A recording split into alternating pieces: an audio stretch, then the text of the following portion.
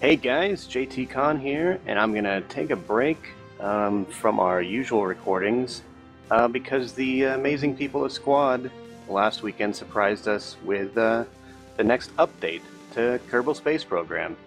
So we're now at version 0.19. Actually, I think it's 0.19.1 because they fixed a couple of things in this last patch. But I wanted to do a quick spotlight and show off what the new changes are, or the overt changes, because some of the more physics and math stuff, I don't get it. I'm just not that smart on that stuff. But there are a couple of really great things that have come out, and on top of that, as if that wasn't enough, Kerbal Space Program is now available on Steam. So you can log on to Steam if you, are one of those Steam guys, and download the game there and enjoy everything it's got to offer. So they wanted to get this stuff out for this new version. It's available for Windows, Mac, and Linux, since Steam supports Linux now. So let's get going. I don't want to take up too much of your time, but I do want to show off this great stuff. So I'm not on my usual client. I set up this client just to try out 0.19. So this isn't the usual stuff that I play with. I also have a couple of mods installed on this that we'll talk about in either the next video or the video after. So I'm going to skip through that part real quickly. But the very first thing that you can notice now that we're in our space program is the fact that the launch pad has changed. There is no launch tower there. I believe that's going to be replaced at some point. But one of the major things is they've started to redo the launch platform. There's a better collision detection. Eventually, these exhaust vents here, when you launch, all of your exhausts will go down and out that way. There's ladders that have been added that you can climb up on the fuel tanks. And actually, that was one of the things that was patched in the 0.9.1 or 0.19.1 was that it's a little wider so that your big Kerbal head can fit through it. So you can climb up on all that stuff. They have also raised and did some collision detection, or better collision detection on the runway. So the runway is a little raised off of that. So, just more pieces to get this game even more complete. So the big thing, we're going to go into our thing. I've already built the two vehicles I'm going to show you, so you don't have to watch me do that. The first thing that was added was rover parts. And I've built a very simple, not very fantastic, and definitely not balanced rover. This rover platform is new, and they've added rover wheels. There's several different sizes. I just kind of threw this together real fast. You've got these beams here that are part of some of the new construction parts and rover wheels. And then I added some nuclear generators because these things do eat up some power. I have got the KW rocketry pack installed on this because I was just messing around with it. So a lot of these parts you may not see in the stock version, but they did add some structural pieces to make construction of your stations and whatnot a little easier.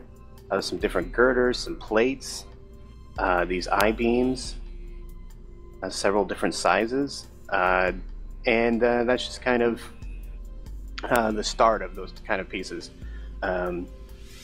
Kind of another bit of news is a couple of the mod pack makers, Ron Ferrer and Clara, I believe, were recently hired by Squad to help them make the game. So they are living that dream. I know Actatus has said a couple of times he wants to be a game designer, and really that's the dream, is to make some amazing mods and get recognized by the company and be part of the team. So a lot of these, the UI is going to get some work over. I think Clara's working on some parts. Things like that. So there's going to be a lot of stuff coming up here in the future. So let's give this rover a test real quick so we can kind of see what it does. So here you can get a real good up-close look at the new launch platform.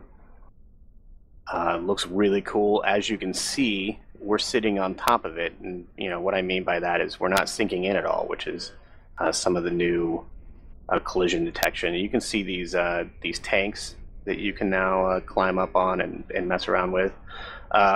One thing, if you are building a rover to mess around, I would highly suggest is not to drive off the side here. I did that and exploded. And like I said, this is very simple. I threw it together in a couple of minutes, so it's not very balanced. It's a little wonky, but it is. You can drive around in it. Slow down a bit because there we go. As you can see, we didn't sink into the ground at all because this round area is part of the area they're working on with the new collision testing. So that looks good. We're good on electrical charge because I've got all those generators there. But there we go, and I just lost a wheel. That is amazing. As you can see, we are kind of sinking down to the ground there, so that's some of the areas that are being worked on. And we're driving minus a wheel. I don't know how long that's going to happen, but there is our space center in all of its 3D glory. Yay! Oh. I have a second cousin that got into auto manufacturing or auto design cars. I definitely didn't get that. So we're going to drive out here for the second part of this, and I'll be back here in a second when we get out there. Okay, I'm driving this backwards, which is kind of funny. Take advantage of the front wheels, but here's the other major change that we may or not get to see as my thing is falling apart now. The runway is now raised as well, and you'll notice that collision detection has been added here. We're actually sitting on top of the runway now instead of kind of sinking in. And you'll notice they've added these little lights over here. It's just some navigation aids when you're starting to come down, and not even sure how much we're going to get down there. But yeah, that's some changes to the actual space port itself, and I hear that there are more on the way. It's kind of a work in progress. You know, as I said before, this is a beta version. When you buy the game, you're basically allowed to play through the development cycle before its actual official release. So it's actually, I love it when companies do this. It was the same way with Minecraft when we me and the boys got Minecraft while it was still in beta. It's awesome to kind of see how these games come together and advance basically right before your eyes. So that's Rover wheels. There's different sizes. You can see that they turn. You can hit your B button for the brakes, and so that opens up a lot of possibilities for your missions on other planets, on the moons, to construct rovers. I've been looking forward to this next edition since I got the game, because there's some reason I find Reentry to be the most amazing and yet terrifying thing of any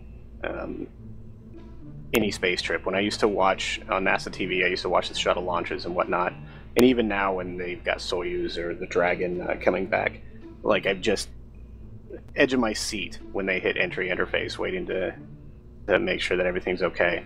So we've seen this before. This is basically the same rocket that I've constructed, except I am using the Mech Jeb autopilot that we'll get into later, but right now, if you're wondering, that's what that is. So I'm going to go ahead and get up into orbit using Mech Jeb. I won't show that. Mainly I just want to spotlight the fact that they've added re-entry effects. As far as modeling goes, the re-entry effects as far as heat and gravity and things like that aren't, the actual physical effects aren't added yet, but the visual effects are, and I absolutely love them. So let's take a look at that real quick, and I will be back here in a minute when we're in a stable orbit. Okay, so we are now in a 200 kilometer orbit. I'm just going to get us real steady here. One of the first things I'd like to point out that I completely forgot about is they are in the process of redoing all of the Kerbal animations and their moods and their reactions. We've got Jebediah Kerman over here, Space Hero, and you can see his animations are a lot different than he had before, which I absolutely love. But real quick, while we're still in the sunlight, we'll get him out of the capsule here.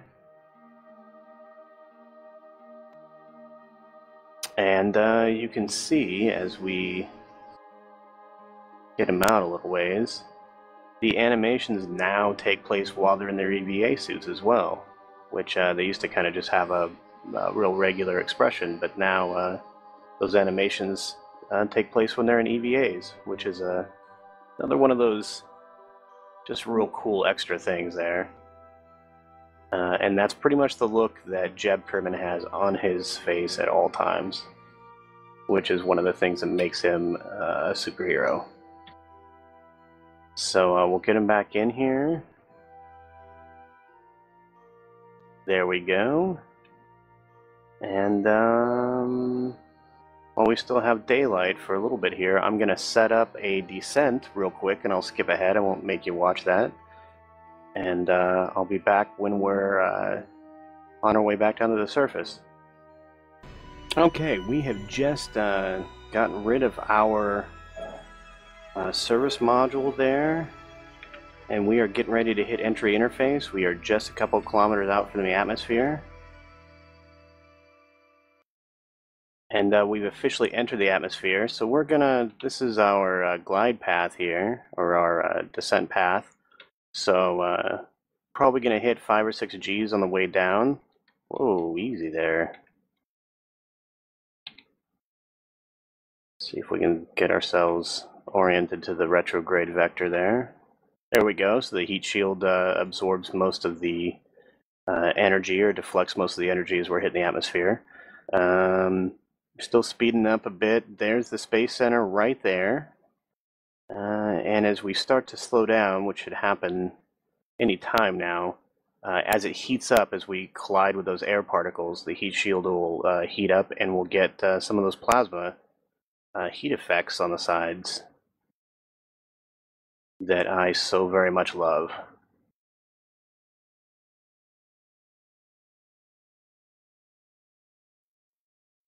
We are starting to slow down, so this is going to start heating up here any point.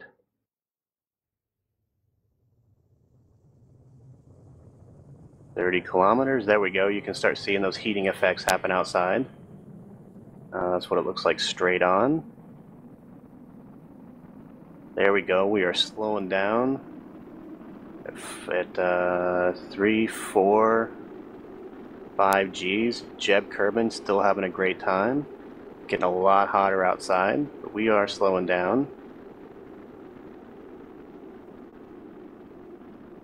And as we finally get slowed down, the G's start to decrease. Those heating effects are going to dissipate, which they are doing right now. So it doesn't last very long, but really seriously, very quickly becoming my favorite effect of the game so far. I can't wait until they expand on that. And actually, I used the autopilot for to plan our descent, and it's actually going to put us almost on top of the Space Center, which I have never done before on my own. So I wish I could claim credit on it, but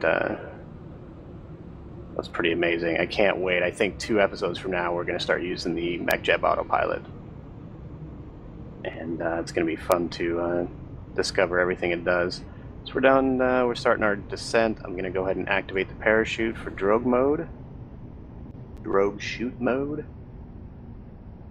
And it's slowing us down. They're not even going to have to really get in any cars or anything to get us out. We're going to be landed right there. That's actually kind of awesome. This is officially the closest I've ever gotten. And 500 feet, that's going to unfurl. There we go, Jeb Kerbal looking out. A little jolted there, but seems like he's fairly happy.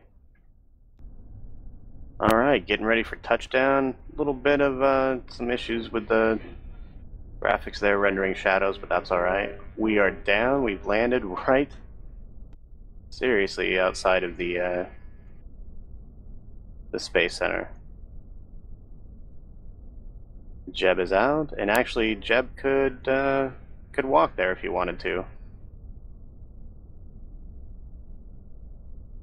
And there he is, outside of his capsule. That is I would consider a success for landing. So, guys, that's all I've got to show you right now. The stuff I've discovered. There's a lot of computational stuff that they patched up and added that makes life a little easier for us. I know they said they're working on a new resource system they're going to introduce in the future at some point. Not too long ago, a couple months ago, they added electricity and the fuel and whatnot, and now they won't say what, but they're adding different resources that we can find and mine on different planets and moons. We'll at some point be able to manufacture things so we can actually get a self-sustaining exploration system on other planets. But I like what I see so far. Like I said, guys, the game is now on Steam if that's a little easier for you. Otherwise, you can go to KerbalSpaceProgram.com. I would love for everybody who sees this to run out and grab a copy because this game is just amazing. And we'll get back to our regular missions next week. And guys, take care, be well, and I'll see you next time. Thanks for watching.